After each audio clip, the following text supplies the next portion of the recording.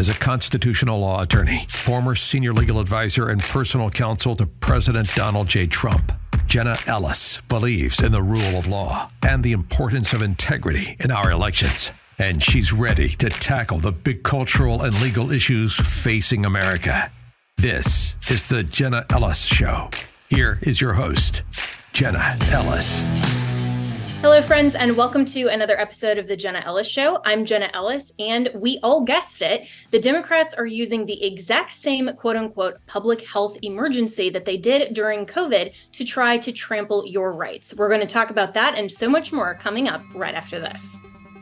With inflation, the banking world collapse, and everything that Joe Biden is doing not to protect America, you need to make sure to secure your financial health, especially in retirement. And hey, if you're a millennial like me, that actually is sooner than you think. You need to start now, even if you are a millennial or a Gen Zer, to make sure that your financial health is actually healthy when we get to retirement. And Legacy Precious Metals has a revolutionary new online platform that allows you to invest in gold and silver online in real time. In a few easy steps, you can open an account online, select your metals of choice, and choose to have them stored in a vault or shipped right to your door.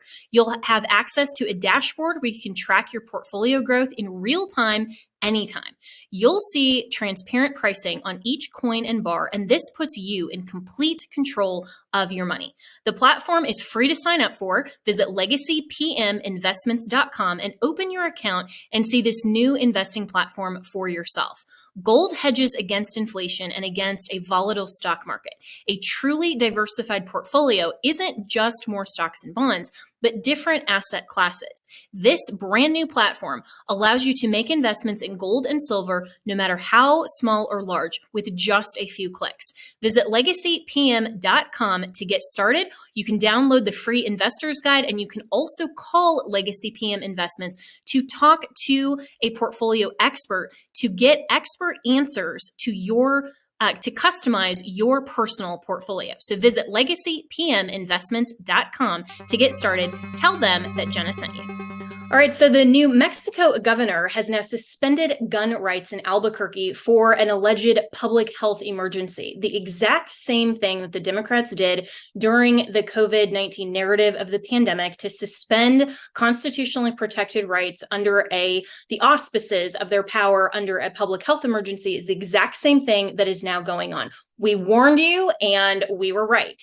So everything that the Democrats are doing now is exactly what the whole COVID narrative foreshadowed, that executives like the New Mexico governor are now issuing executive edicts to trample your rights and infringe on constitutionally protected freedoms under the auspices of an emergency. So the New Mexico governor has suspended gun rights for a quote unquote public health emergency. And this actual order, which we'll put up on the screen for those of you who are watching on video, it's called a public health order, and the New Mexico Department of Public Health Secretary Patrick M. Allen says as of September 8th, 2023, public health emergency order imposing temporary firearm restrictions, drug monitoring, and other public safety measures. So, whereas for the reasons stated in Governor Michelle Grisham's Executive Orders 2023-130 and 2023-132, gun violence and drug abuse currently constitute statewide public health emergencies as defined in the Public Health Emergency Response Act. So that's the first whereas, and we'll get to analyzing and breaking this down in just a second, but let's continue to read this first. So, whereas pursuant to those executive orders, I have begun collaborating with the New Mexico Department of Homeland Security and Emergency Management, the New Mexico Department of Public Safety, and the Governor's Office to provide an effective and coordinated response to these public health emergencies. Whereas the New Mexico Department of Health possesses legal authority pursuant to the Public Health Act, and they go on to state those subsections, the Public Health Emergency Response Act, the Department of Health Act, and inherent constitutional police powers of the New Mexico state government to preserve and promote public health and safety, to maintain and enforce rules for the control of a condition of public health importance, and whereas temporary firearms restrictions, drug monitoring, and other public safety measures are necessary to address the current public health emergencies. So then it goes on to state exactly what is going to be edicted out of the Secretary of the New Mexico Department of Health.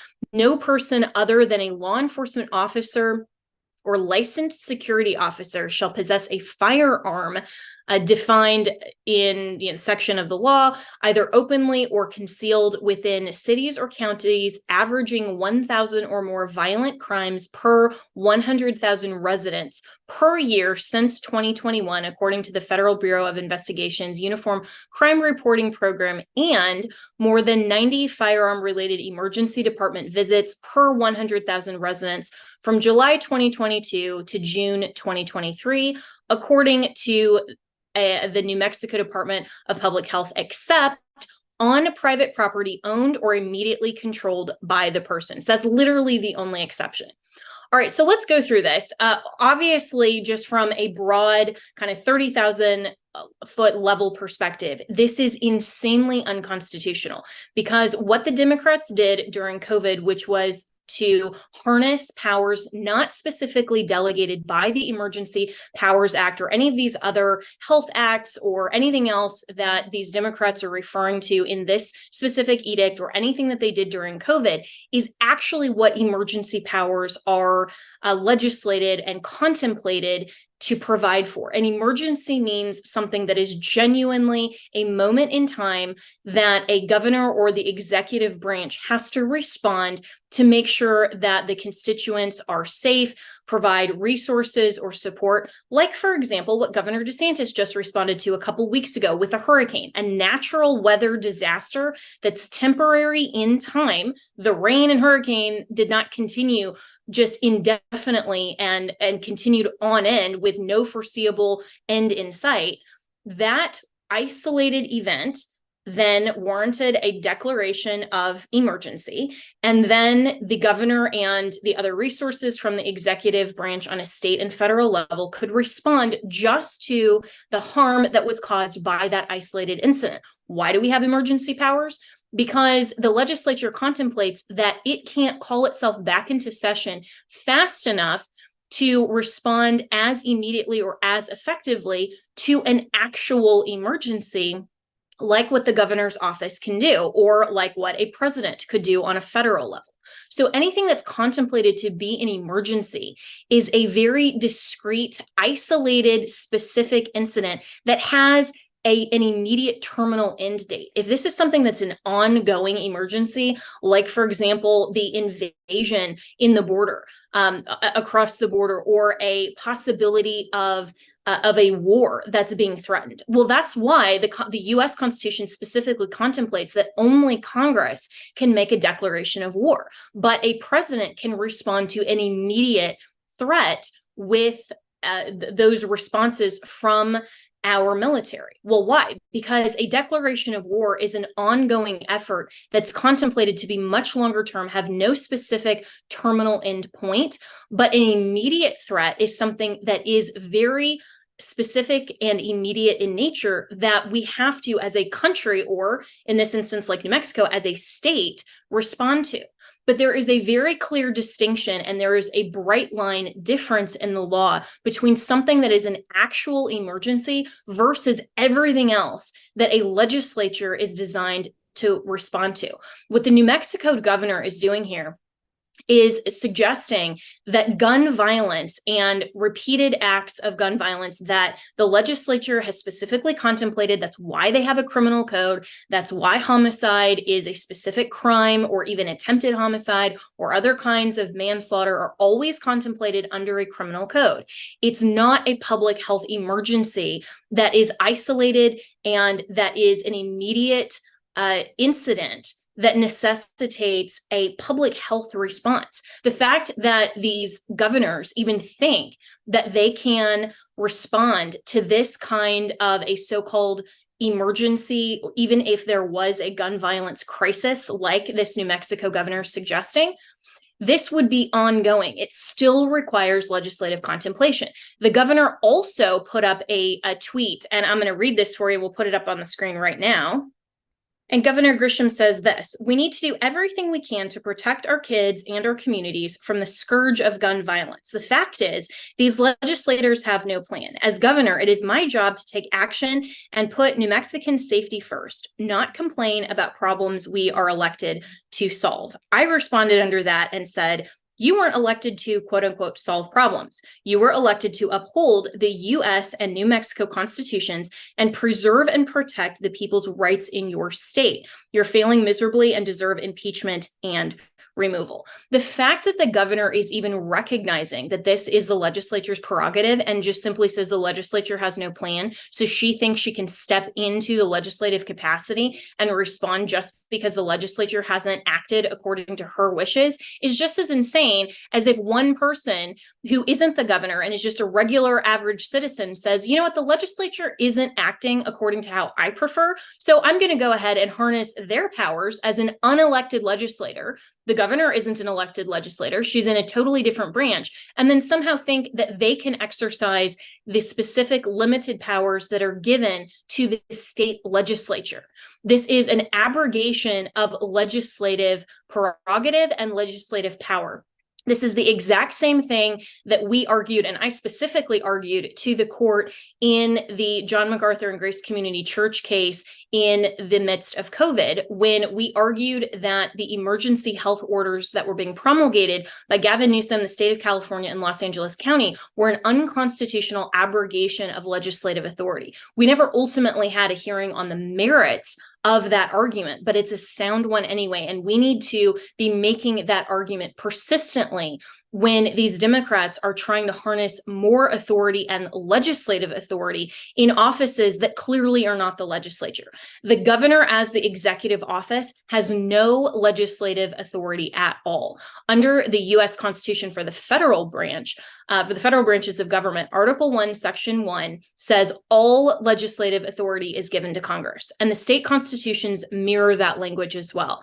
All legislative authority is given to the legislature. Why? So that they can have contemplations like what to do about gun violence if they want to do something about gun violence. Just the mere fact that they haven't acted in a way that this particular governor thinks they should does not mean that she can arrogate to herself any legislative authority.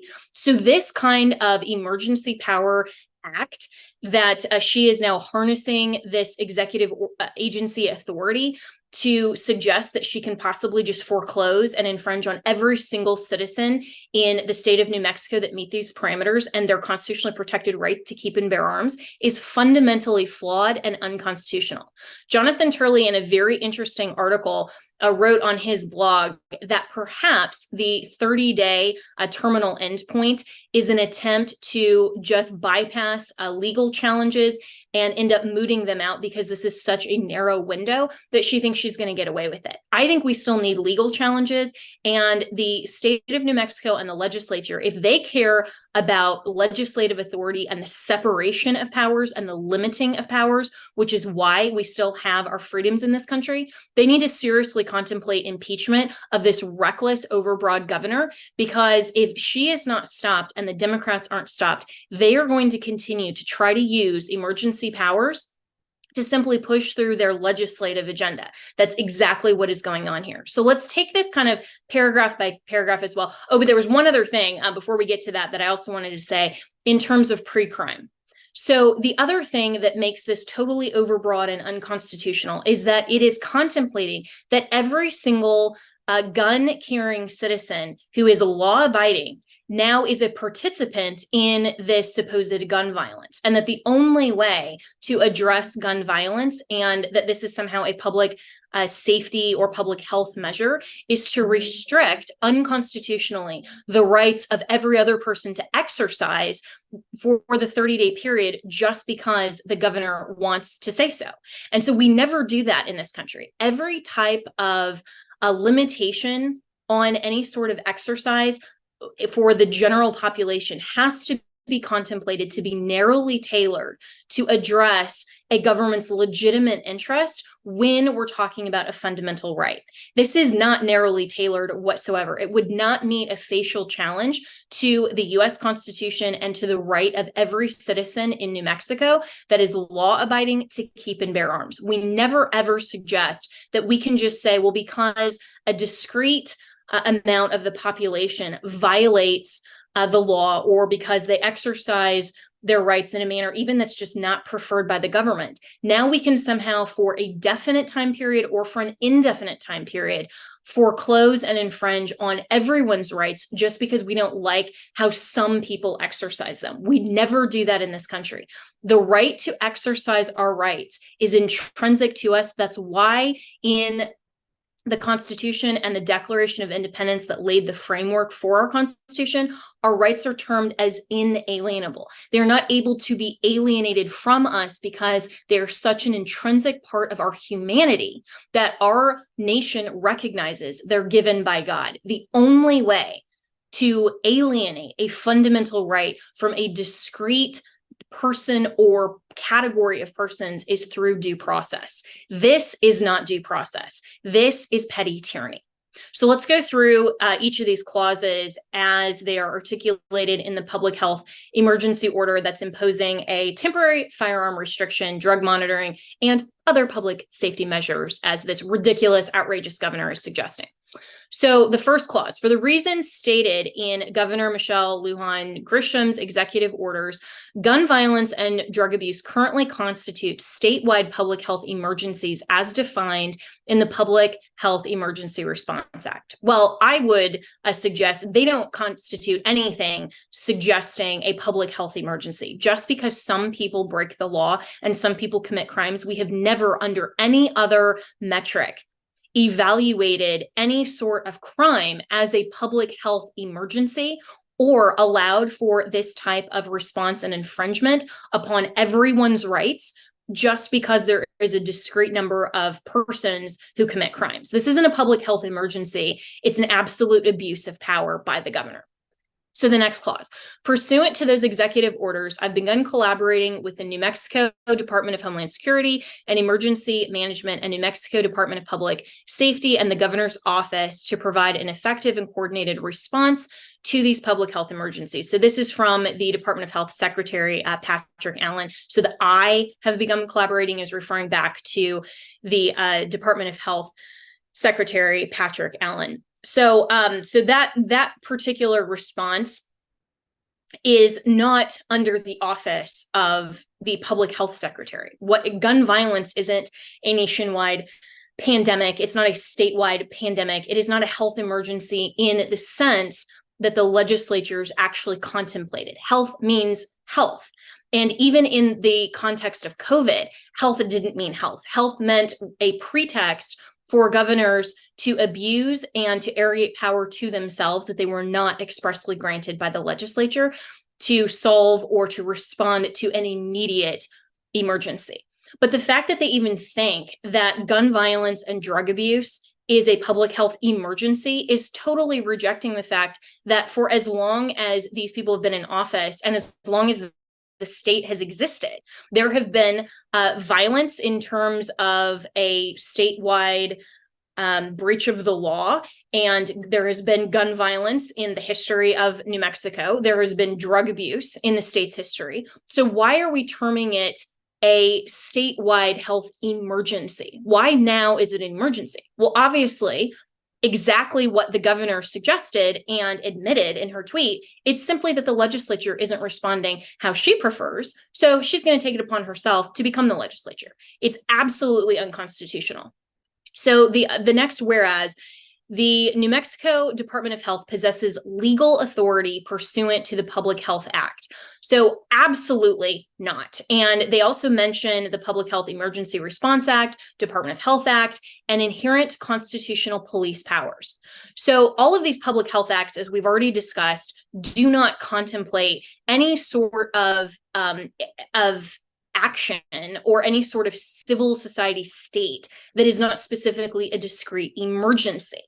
And even if you can say, okay, this is an emergency like an outbreak, that would still have to directly relate to public health. There has to be a connected nexus to public health. This is as absurd as what the leftists, I think, are going to be poised to do with declaring, quote unquote, public health emergencies over everything, including climate change, including the next pandemic that they want that is not related at all to health. It's just going to be related to whatever they want to legislatively change that the state legislatures or the federal Congress are not willing to do, because it's much more difficult to get an act of Congress or an act of a state legislature passed than it is to simply issue an executive edict. That's why we have a separation of powers in this country. That's why we don't allow for petty tyrants like governors or like presidents to legislate by executive fiat. That's why we have these protections.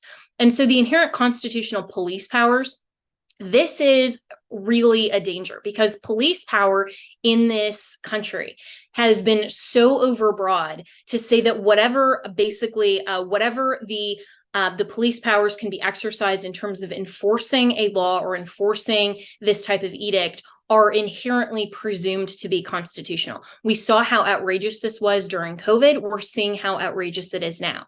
And sheriffs who understand that this is fully unconstitutional need to stand up and say they are unwilling to enforce an executive order that clearly violates the province of the legislature and clearly is unconstitutional. It should be the sheriff of Albuquerque and in these New Mexico counties that fall within the definition of this executive order that need to go immediately to get an injunction against enforcement of this executive order, because it is unconstitutional and it is borrowing powers of the legislature that the governor does not have.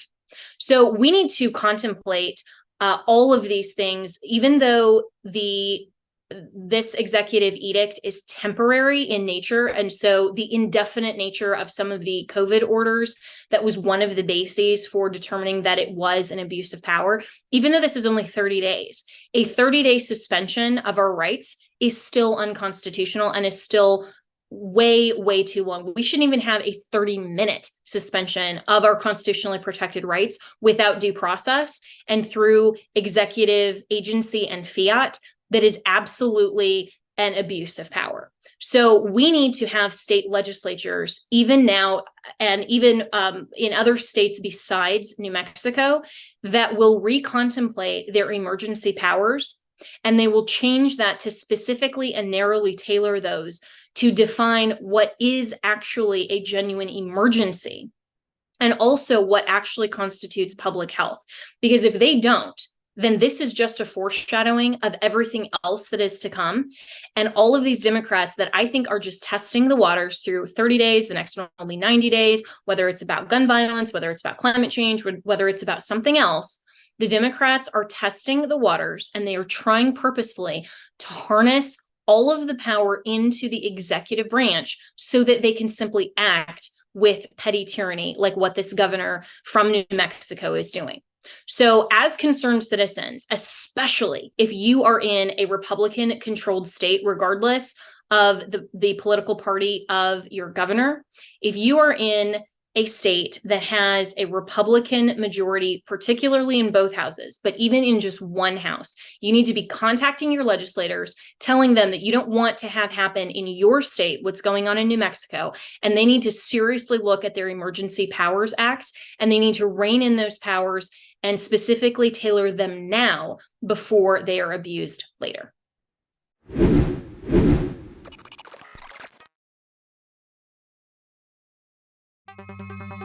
With inflation, the banking world collapse, and everything that Joe Biden is doing not to protect America, you need to make sure to secure your financial health, especially in retirement. And hey, if you're a millennial like me, that actually is sooner than you think. You need to start now, even if you are a millennial or a Gen Zer, to make sure that your financial health is actually healthy when we get to retirement. And Legacy Precious Metals has a revolutionary new online platform that allows you to invest in gold and silver online in real time. In a few easy steps, you can open an account online, select your metals of choice, and choose to have them stored in a vault or shipped right to your door. You'll have access to a dashboard where you can track your portfolio growth in real time anytime. You'll see transparent pricing on each coin and bar, and this puts you in complete control of your money. The platform is free to sign up for. Visit legacypminvestments.com and open your account and see this new investing platform for yourself. Gold hedges against inflation and against a volatile stock market. A truly diversified portfolio isn't just more stocks and bonds, but different asset classes. This brand new platform allows you to make investments in gold and silver, no matter how small or large, with just a few clicks. Visit legacypm.com to get started. You can download the free investor's guide, and you can also call Legacy PM Investments to talk to a portfolio expert to get expert answers to to customize your personal portfolio. So visit legacypminvestments.com to get started. Tell them that Jenna sent you. On MyPillow's 20-year anniversary with over 80 million MyPillows sold, Mike Lindell wants to thank each and every one of you by giving you the lowest price in history on his MyPillows. You will receive a queen-size MyPillow for only $19.98. The regular price is $69.98 and just $10 more for a king size. You'll receive deep discounts on all MyPillow products such as bed sheets, mattress toppers, pet beds, mattresses, my slippers, which I love, and so much more. This is the time to try out some of the amazing products you've had your eye on from MyPillow. So go to mypillow.com and enter promo code Jenna to receive this amazing offer on the queen size MyPillow for $19.98. You can go to mypillow.com or call 1-800-564-8475. Be sure to use the promo code Jenna. This offer comes with a 10-year warranty and a 60-day money-back guarantee. It's time to start getting the quality sleep you deserve. This offer comes with a 10-year warranty and a 60-day money-back guarantee. It's time to start getting the quality sleep you deserve. Go to mypillow.com, use the promo code Jenna.